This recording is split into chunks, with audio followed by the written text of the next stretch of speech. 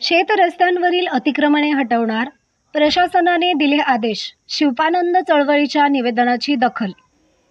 मुख्यमंत्री बळीराजा शेत पानंद रस्ते योजना अंतर्गत शेत रस्त्यांवरील अतिक्रमणे काढून रस्ते मोकळे करण्याच्या मागणीची अखेर जिल्हा प्रशासनाने दखल घेतली आहे.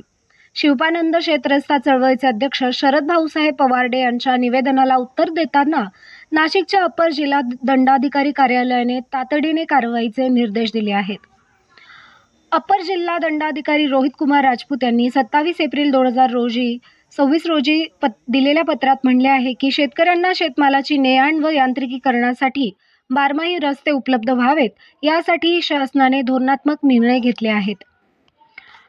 पत्रात स्पष्ट नमूद केले आहे की पावसाळा जवळ आल्याच्या पार्श्वभूमीवर निवेदनात उपस्थित केलेल्या मुद्द्यांवर प्रचलित नियम व धोरणानुसार विहित कार्यपद्धतीचा अवलंब करून योग्य ती कार्यवाही करण्याबाबत संबंधित अधिकाऱ्यांना आवश्यक निर्देश देण्यात येत आहेत.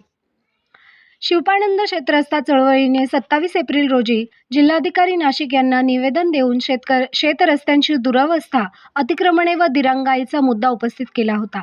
त्याच दिवशी प्रशासनाने सकारात्मक प्रतिसाद देत कार्यवाहीचे आदेश काढले.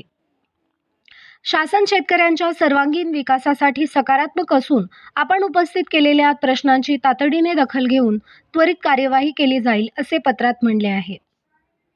शेत तिथे रस्ता, गाव तिथे समृद्धी या भूमिकेतून लढा देणाऱ्या चळवळीमुळे हजारो शेतकऱ्यांना दिलासा मिळाला आहे.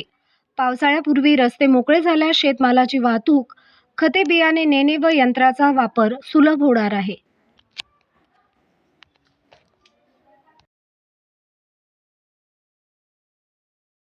त्याची अंमलबजावणी व्हायला हवी. पोलीस स्टेशनचं संरक्षण फी असेल, मोजणी शुल्क असेल हे माफ व्हावं. रस्त्याच्या दोन्ही बाजूने दगडी नंबरी लावले जावे. आज हा जर रस्त्याचा प्रश्न सुटला तर महाराष्ट्रामध्ये रोजगाराचा प्रश्न मिटणार आहे.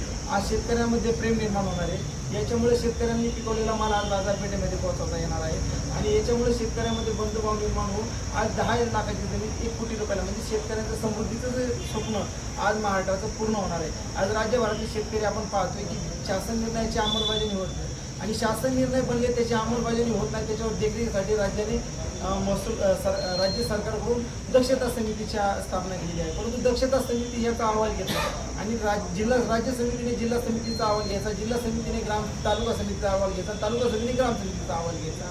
परंतु छत्रपती महाराजांच्या अभियानामध्ये आम्हाला हे निदर्शनास आलं की कुठल्या प्रकारचं ज्या पद्धतीने कार्य व्हायला पाहिजे त्या पद्धतीने झालेली नाही.